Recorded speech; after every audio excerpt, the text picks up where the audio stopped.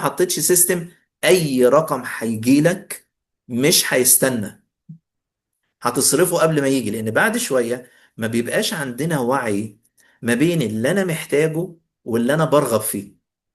في فرق ضخم بين الاتنين، ان معظم الناس قاعد بيصرف مصاريف في رغبات مش ملحة وهو عليه ديون.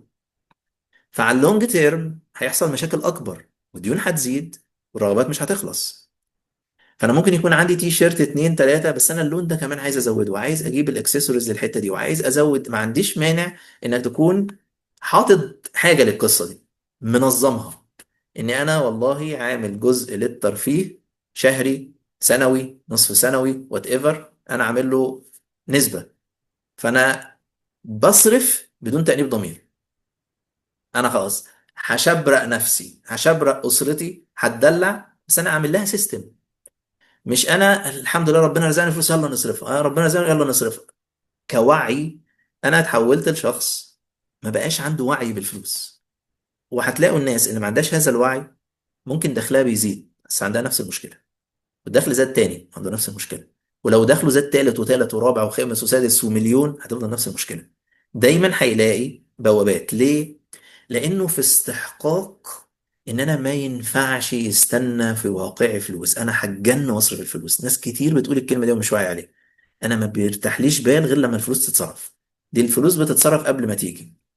حاجه كمان، ان احنا معظم الوقت بنتعامل مع المال على انه شيء سلبي، شيء وحش. حتى لو احنا بنقول عايزين فلوس، المال هو سبب الشرور.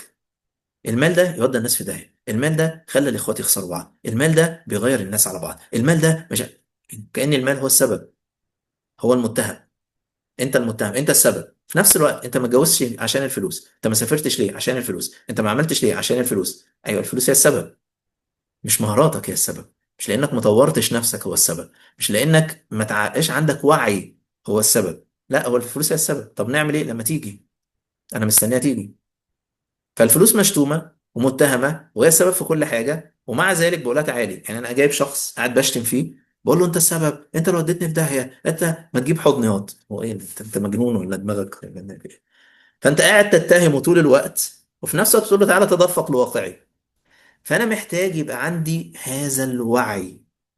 حاجه كمان مهمه جدا في المال، ان المال محتاج ابدا اتعامل معاه برعايه واهتمام. يعني ايه؟ خدوها مني معلش كده كمعلومه يعني لو انت معاك عملات ورقية، يعني لو انا بتكلم عن المال كعملات ورقية، افهم ان ده كيان، ليه وعي، ليه طاقة. معلش بعضكم ممكن يسمع كلام يقول لك الراجل ده مجنون.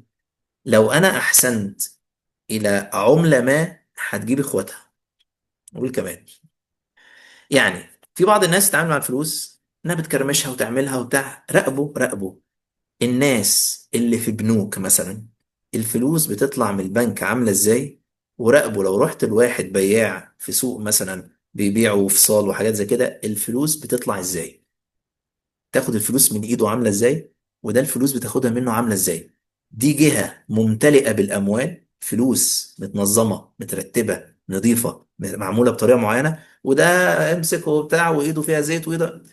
طريقة إهانة المال، إهانة العملة نفسها دي ليها وعي. فأنا لما أكون من المحسنين مع الورقة اللي وراها قيمة، لأن هذه الورقة ليها قيمة، حتى بيسموها القيمة الشرائية للشيء، ليها قيمة، اتحط لها قيمة، دي 100، دي 1000، دي وات ايفر. أنا بتعامل معاها إزاي؟ الناس قديما لما كانوا حتى بيطلعوا الصدقات، في بعض الصحابة والصحابيات لما كانوا يطلعوا الصدقات كانوا بيعطروها قبل ما يطلعوا الصدقة. انه فاهم هذا الوعي، ان هو مش عشان انا مش بخلص من الفلوس، انا بستثمر الفلوس، سواء بستثمرها بجيب بيها حاجات او بستثمرها عند ربنا. فالصدقة دي انا مش بخلص منها بالفلوس، انا بستثمر في الاخرة بتاعتي. لان احنا بطريقة ما كل الرحلة الارضية بتاعتنا احنا عايزين يبقى عندنا محصول طاقي، نسبة طاقية، عشان ننتقل بيها لابعاد اخرى. يعني مش موضوعنا دلوقتي. فبشكل او باخر محتاج تعاملي لما يبقى معايا كريدت كارد، او معايا حساب بنكي، او معايا فلوس، او معايا ورق، احسن اليه، حطه في محفظة كويسة. تعامل معاه كويس، ما تتعاملش معاه بطريقة انه ده ولا حاجة، ارمي، ده ولا يفرق، ارمي ارمي ارمي مش مشكلة، كرمشه، اعمله، سوي يعني. برضو مش بشكل اوفر، ولكن بطريقة فيها احسان. كل ما يبقى عندي الوعي ده، وافهم ان ده نعمة، ربنا عز وجل لما بيرزق حد بفلوس، ان انت توصل لوعي الثراء المادي والثراء الروحي، يحدث هذا التوازن. ما بقاش انا بس قاعد طول الوقت قاعد بعمل مديتيشن وصلاة وخلاص، ده كويس ومهم، بس في نفس الوقت قادر احول ده لفلوس، لان دي باور، دي قوة لما تبقى في ايد حد نوراني، في ايد حد موصول، في ايد حد كويس، هتحدث تأثير بشكل او بآخر. لا، فانا محتاج اتعلم ان هذا الكيان، هذه النعمة، هذا الشيء، ازاي اخليه يتدفق لحياتي، لانه فاهم انه لو دخل واقعي سيجد اهتمام، لو دخل واقعي هيلاقي رعاية، لو دخل واقعي هيلاقي احسان في التعامل. ناس كتير اللي عايشة في وعي الاسراف بيبقى شايف ان اللي بينظم الفلوس بخيل. يا عم ده انت ربنا فاتحها عليك، ما تطلع فلوس اكتر. قصة مش كده. هي انت في معادلة بتمشي بيها: الذين إذا أنفقوا لم يسرفوا ولم يقتروا وكان بين ذلك قوامة. هو عنده وعي القوامة. اللي عنده وعي القوامة، التاني الطاقة الأنثوية بتميل عليه، عشان كده حتى ربنا وصف الرجال قوامون على النساء. فأنا لما أحس إن الراجل ده قائم على أمري، الراجل ده مسؤول، الراجل ده مبادر، الراجل ده عنده وعي، فالمال يميل إليه، الثراء يتجه ناحيته، لأنه لما هيدخل واقعه عارف إنه سيتم التعامل معاه بإحسان. فابدأوا انتبهوا للألعاب اللي بتحصل جوانا، إن أنا طول الوقت عايز أخلص، عايز أصرف عشان أحس إن أنا كويس. حلو ان ده يحصل، واني قادر كمان استقبل. ولو عايز مزيد من المال، خلينا اديكوا تريكه كده، يعني اللي هيعرف يطبقها فعلا هيبدأ يتدفق في واقعه فلوس اكتر، فلوس اكتر. اني انا، يعني بعض الناس بالذات، حتى الناس اللي بتشتغل مثلا في مساحات انه موظف او في بتاع، يقول لك بص على قد فلوسهم، هو ده اللي عندي. اوكي، على قد فلوسهم، فانا مش هيحصل لي استحقاق مادي اكبر، ولو دخل فلوس اكتر هتروح. لكن لو انا واعي على القانون الخطير اللي اسمه، لو انا بقدم نفع اكتر، ونفع اكتر مش معناها مجهود اكتر، نفع اكتر، قيمة اكتر، تأثير اكتر، نفع اكتر، حاجة فعلا بتنفع. واما ما ينفع الناس فيمكث في الارض.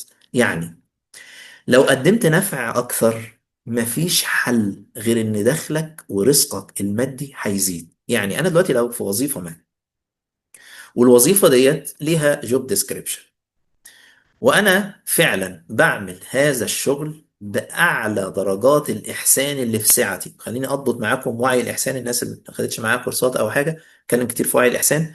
الإحسان معناها إني بعمل أحسن حاجة، وأحط خطوط كتيرة تحت الكلمة اللي جاية، من سعتي، مش أحسن حاجة في المطلق. فانا دلوقتي لو رايح هشتري حاجه، فبطلع احسن عمله وسط العملات اللي معايا واديها للبياع، احسن حاجه في سعتي. لو هقول كلمه لحد، بحاول اقول احسن حاجه بناء على الطاقه اللي عندي دلوقتي، احسن حاجه في سعتي. فانا عندي جوب ديسكريبشن، عندي وظيفه، عندي شغلانه ليها حاجات معينه. فانا لو حطيت هذه النيه وبدات اقدم فعلا هذا الدور باحسن، مش اني باجي على نفسي، باحسن شيء ممكن، اللي هيحصل لازم لازم لازم لازم لازم دخلي يزيد. ولو انا موجود في مكان، والمكان ده مش بيحترم ده، مش بيقدر ده، الكون هيتغير لصالحك. وحد ما هيشوفك مثلا، بدي مثال، وهيروح يقول لك انا عايزك معايا. وعايزكم تاخدوا بالكم من سيدنا يوسف، الناس اللي أخذت وعي الأنبياء وبالذات في وعي يوسف. سيدنا يوسف كان موجود في السجن وسط المجرمين، راقبوا معايا، حد في سجن وبيقدم نفع، يعني هو فاهم القانون، هو في سجن يعني، ودخل ظلم. فأقل حاجة أقول حسبي الله ونعم الوكيل، ربنا يولع فيهم، ده الناس مش عارف إيه، والله ما يستاهلوا. هو عمل إيه؟ المجرمين اللي في السجن، مش الناس الصالحين، المجرمين اللي في السجن قالوا له إنا نراك من المحسنين. يعني البلطجي إنجاز التعبير يقول له إيه الجمال ده يا باشا، أنت راجل محترم أوي. يعني هو قدر يشوف إحسانه. ولما جه حصل مشكلة عند الملك اللي موجود، وقالوا له ده في واحد في السجن، لما رأى الرؤية كان ممكن يقول لك انتوا كمان ظالميني وبخسين حقي، ده انت مش مقلل لي مرتبي، ده انت ظالمني مدخلي السجن وعايزني افسر لك الرؤية. يلا لا، من هنا انا اعرف على فكرة بقى تأويلها ومش هقول لك بقى، يلا بقى. وما عملش كده. هو ما حللوش، هو ما اداهوش تفسير، ده حط له خطة مدتها 15 سنة. فسر الرؤية وحط لها خطة استراتيجية مدتها، شوفوا الإحسان، مدتها 15 سنة. تزرعون 7 سنين دأبا، وبعدين 7 سنين اللي بعدهم ثم يأتي عام فيه يغاث الناس. 15 سنة لو مشيت على الخطة دي هتأكل كل الأرض اللي موجودة حواليك، رغم إن الأزمة موجودة عند الناس كلها، بس أنا حطيت لك خطة محترمة وأنا في السجن. فبقى العزيز، يعني انتقل من هذا الوعي إنه بقى العزيز. قال اجعلني على خزائن الأرض، لأنه واعي على الحتة دي. فلو أنا بشتكي من حتة ما في حياتي، بقول إن الدخل فيها قليل، افهم إنك محتاج تغير نيتك وتقدم نفع أكتر في الحتة دي بدون إسراف. لو بدأت تثبت على الطاقة دي كونيا، أنت طالما قدمت، مفيش حاجة في الكون اسمها ملهاش مقابل. فأنا طالما قدمت شيء فلازم آخد قصاده شيء. طب الناس اللي معايا ما ادونيش، انا جاهز اني اخد، انا ليا رصيد. انا عندي رصيد خلاص كوني طاقي. لازم تتغير الاحداث، لازم تتغير الظروف، وهتحطك في واقع يتدفق عليك فيه المال. شاء من شاء، ابى من ابى. الكلام ده مش بقول كلام مثالي، لا، او يعني الكلام ده كلام عملي وحصل مع ناس كتير. وخلي بالكم، حتى لو احيانا في بعض التجاوزات بتحصل في بعض الاماكن ساعة الازمات، لو في حد فعلا في مجال ما محترف، ساعة الازمات مش هجيب الناس اللي انا زائقهم عشان ده اعرفه، ده هجيب البروفيشنال. خلاص احنا في ازمة، معلش كله على جنب. هتقولي الراجل ده سواق شاطر، انا عارف انه سواق شاطر. هتقولي ده عشان ده جراح شاطر. هتقولي ده عشان ده كوتش شاطر. هتقولي ده عشان ده مدرب شاطر. هتقولي ده عشان وات ايفر، ده الاكسنت بتاعته هو اللي ينفع يتكلم على الستيج، ده ثقته في نفسه مش عارف عامله ازاي، ده شغال على نفسه، ده شاطر. اللحظة دي هترجع لك كل الرصيد اللي ما دخلش واقعك. فهي معادلة. معظم الناس بتلعب مع المال ان احنا مستنيين حاجة هتحصل. في يوم من الايام الراتب هيزيد، في يوم من الايام السعر هيتغير، في يوم من الايام الحاجة هترخص. يوم تلعبش اللعبة دي. انت من دلوقتي تبدأ تغير علاقتك، سلوكك، وعيك. تبدأ تتعامل مع المال على انه كيان. وانا واحد من الناس صراحة ما كنتش بتكلم كتير في الحاجات دي، بس من كثرة لما شفت في ناس بتصرف على نفسها وبتاخد كورسات وبتطور نفسها، بس واقعها المادي يعني ما بيحصلش فيه تغير يعني ملحوظ. طب في إيه يا جماعة؟ انت يعني انت عندك حاجة محتاج تفهمها. الطبيعي انك دايما تنتقل للاحسن. اوكي طبعا ممكن تحصل تحديات، تحصل حاجات، بس الطبيعي ان يبقى عندك ادراك ووعي ان ده شيء، كل شيء خلقناه بقدر، كل شيء له قانون. فلما انت بتبدأ تفهم ان المال له قانون، وتدفق المال له قانون، وعلشان يدخل واقعك له قانون، تبدأ تطبق القانون، مسألة وقت وهيدخل واقعك خلاص. زائد في معادلة، يعني الناس حتى العلماء في المال وفي الاقتصاد بتاع مش فاهمينها ليه بتحصل، مش عارفين يحطوا لها قانون معين. ان لقوا ان الناس اللي بتقدر تدخر رقم ما، ايا كان الرقم ده بسيط، بعد فترة الرقم ده بيتحول عند بعض الناس لاستثمارات، وبعد كده بيروحوا في حتة تانية خالص، بس هم مش عارفين يحطوا لها قانون معين. بس القصة ليها عمق طاقي، بمعنى ان انت لما يبقى طول الوقت عندك شيء على جنب، ومعلش لاحظوا اللي هقوله، ان في بعض الناس بيحطوا الفلوس على جنب ويحطوا معاها نية تضيع الفلوس. اللي هو القرش الابيض ينفع في اليوم الاسود، فهيجي اليوم الاسود اللي ياخد فيه القرش الابيض. فانت اصلا النيه اللي حاطط فيها خليها على جنب للطوارئ، هتيجي الطوارئ. خليهم على جنب عشان لو حصل مشكله ربنا يسترها، فهتيجي المشكله وربنا هيسترها. انت اصلا حاطط مع الادخار نيه تضيعه، انت مش واخد بالك.